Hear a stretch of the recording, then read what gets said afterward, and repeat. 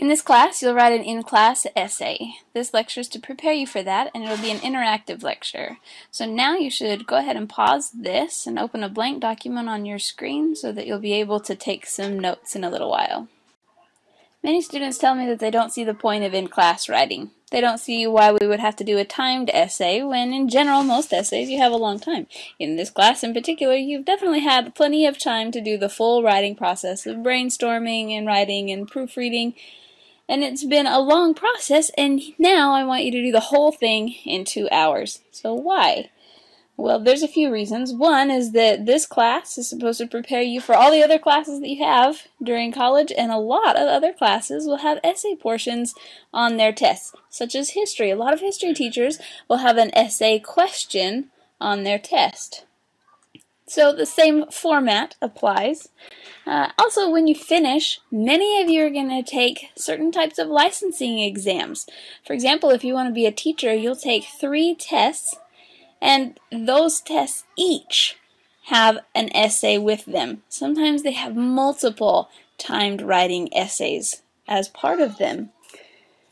And then, in general, you need to be able to think and write quickly, because that's what you do more often than writing essays. And you need to sound smart when you do it. For example, sometimes you've got to write out a longer answer on an application for a job.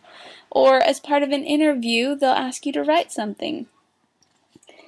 Even more often than that, you'll have to send emails or other types of writing, and you want to look smart. You want to show that you can think things through, write a complete sentence and a complete paragraph, and use your best writing skills so that they see you as a professional.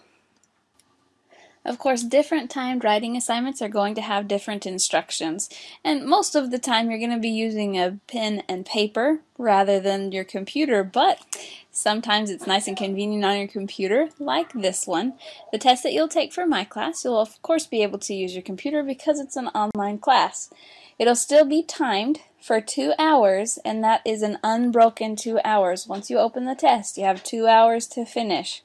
So don't plan on coming back later. You can't stop and start again.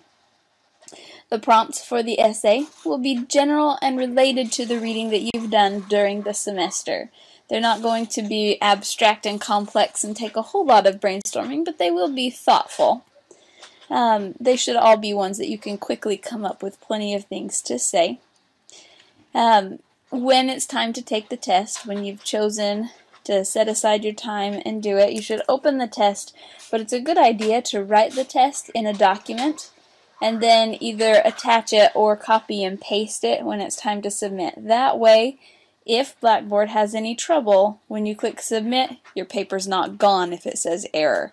So it's a good idea to type it in a document. Also, that'll help you be able to be comfortable with spell check. It'll give you other little prompts and helps. You'll be able to move around sentences and paragraphs as needed. Those are all conveniences of using the computer.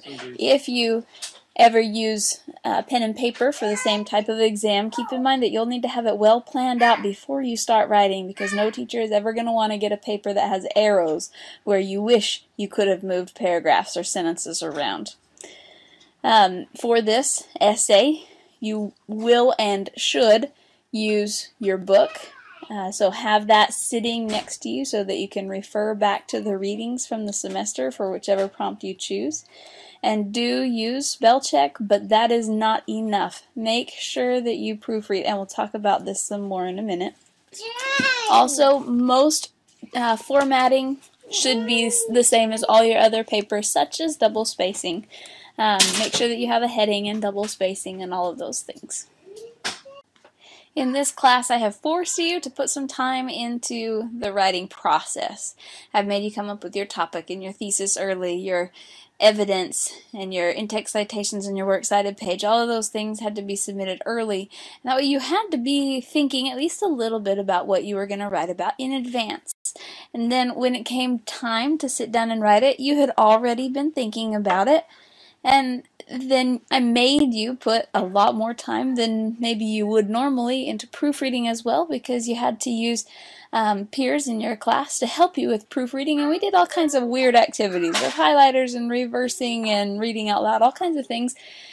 Those things are not going to be done for the in-class essay. You won't have any help from anyone else, and it's all got to be done in 2 hours. But each of those 3 steps still need to happen. You still need to brainstorm. Of course, you'll do the writing, and you still need to proofread. The brainstorming can be done quickly, and in general, if you're using a pen or a paper, you could do this in the margin or at the top or on a scratch piece of paper. You'll have the convenience of using another document that you don't copy from into the test. But make sure that you spend some time thinking about what you want to say and what order you want to put it in, so that it is a well thought out paper with good ideas rather than just a free writing session that is random. And at the end, make sure that you proofread it. In fact, you should proofread it at least 3 times before you give it to me. Remember watching the video of Taylor Mali reading his poem, The Impotence of Proofreading? Well, those types of errors are far more possible or at risk in this type of writing than in your regular writing, and if I find them as much as I do in your regular writing, they're probably going to pop up here if you're not careful. Things like leaving out words or using different words. Make sure that that doesn't happen. Make sure that you say what you think you've said. To help you with that, even though you don't have a lot of time, you still should set it aside for at least a couple of minutes. Of course, not hours, but for a couple of minutes, just stop, maybe listen to a song, think about something else, make a shopping list, just for 1 or 2 or 3 minutes, and then go back and look at it so that you've taken your mind off of it for a minute and you're more likely to read it fresh. So that if you've left out words, you'll see that you have. Otherwise, it's likely that you'll read what you think you've written rather than what you've really written.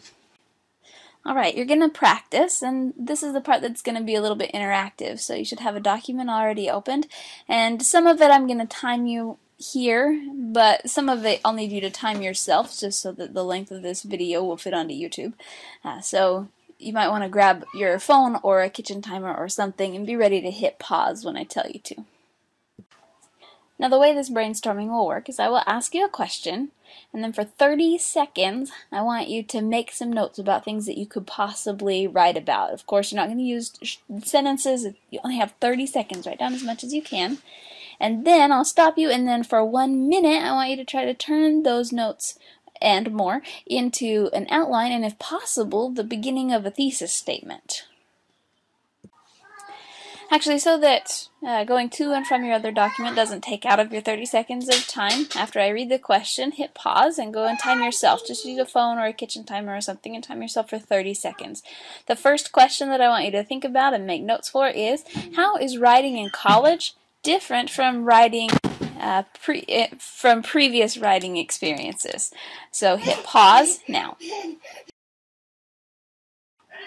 I know 30 seconds isn't long, but hopefully it surprised you just how much you can think of in 30 seconds. If it was a little bit weird, you are going to do 2 more of these, but now you're still working with the same question.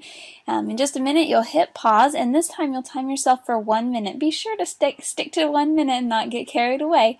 But for 1 minute, I want you to make just a brief outline. That doesn't mean you need Roman numerals or capital letters or bullets or anything like that. Just basically what would go into the body paragraphs of this essay if you were to use this for a timed writing essay. So you know you're going to have an introduction and conclusion, but typically you're going to do a general 5-paragraph essay for an in-class or timed writing essay. So what would those body paragraphs have in them? What would be the main point of each one? Hit pause now. Alright, your next topic is, are men now ridiculed more on TV than women, and should they be? Consider this. Hit pause now and time yourself for 30 seconds. Now using the same question, time yourself this time for 1 minute. And again, work on the outline, so what would go into the paragraphs. And don't forget, all of this needs to work toward a main thesis statement as well. So if you have time, try to write a working thesis statement also. Hit pause now. Alright, last question, same drill. This time, remember the reading that you did, The Angel in the House by Virginia Woolf? I want you to consider, does the angel in the house have to die for a woman to meet her personal potential? Hit pause. And now for 1 minute, work on a rough outline and thesis statement for, does the angel in the house have to die for a woman to meet her personal potential? Please hit pause. Now, you're not done with the stop and go yet, but I want you to realize that in less than 5 minutes, you have come up with enough information to write 3 essays. Now, you're going to have multiple topics to choose from for your in-class essay. You might want to do something like this, because I bet you can look back over those notes and one of them seemed more enjoyable, or like you would have a lot more to say about it than the others. So I want you to look at them actually right now and pick which one was your favorite. Which one, if you had to write about one of these, would you choose to write about?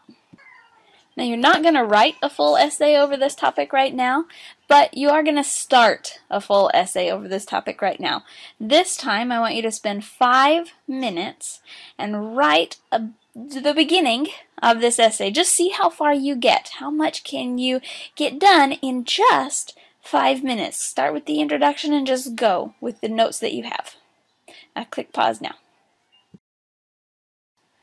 Now, after writing for just 5 minutes, I want you to look and see how many words you wrote in that amount of time.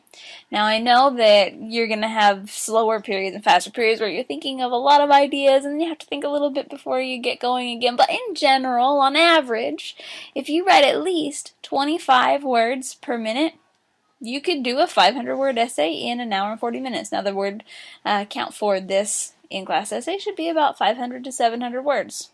Okay, so you would have a little bit of time for brainstorming and a little bit of time for proofreading, even if you only wrote 25 words in 5 minutes. In 5 minutes, 25 words.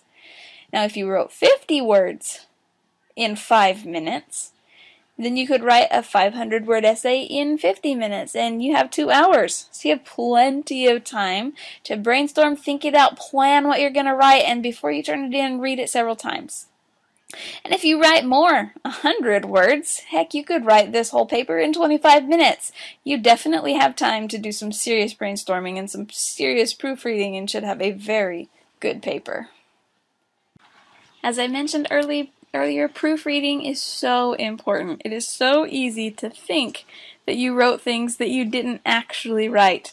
Little words like the word not make a huge difference. I believe or I do not believe. I see that all the time.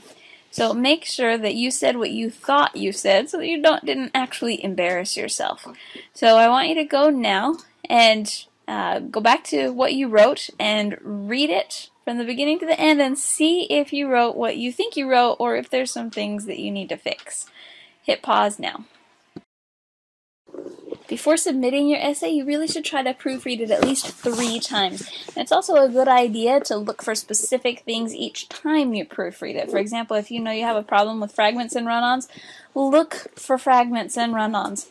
Fragments and run-ons are probably, I'd say, the worst of all of the errors. So if you know you have problems with those especially, but if you know you have problems with a certain type of comma error or apostrophes or whatever it is, read through it looking for those specific things, or looking for topic sentences, or double check your thesis statement. Think about the things that we've looked for when we've done our peer editing, and look for those things and see if there's anything that you need to fix. Keep those kinds of things in mind. Hopefully this presentation helped you feel like you can handle this, feel a little bit more confident and comfortable with what is coming up. You're going to do a few more activities that will hopefully help you feel more comfortable with it as well. And overall, I think you will do great.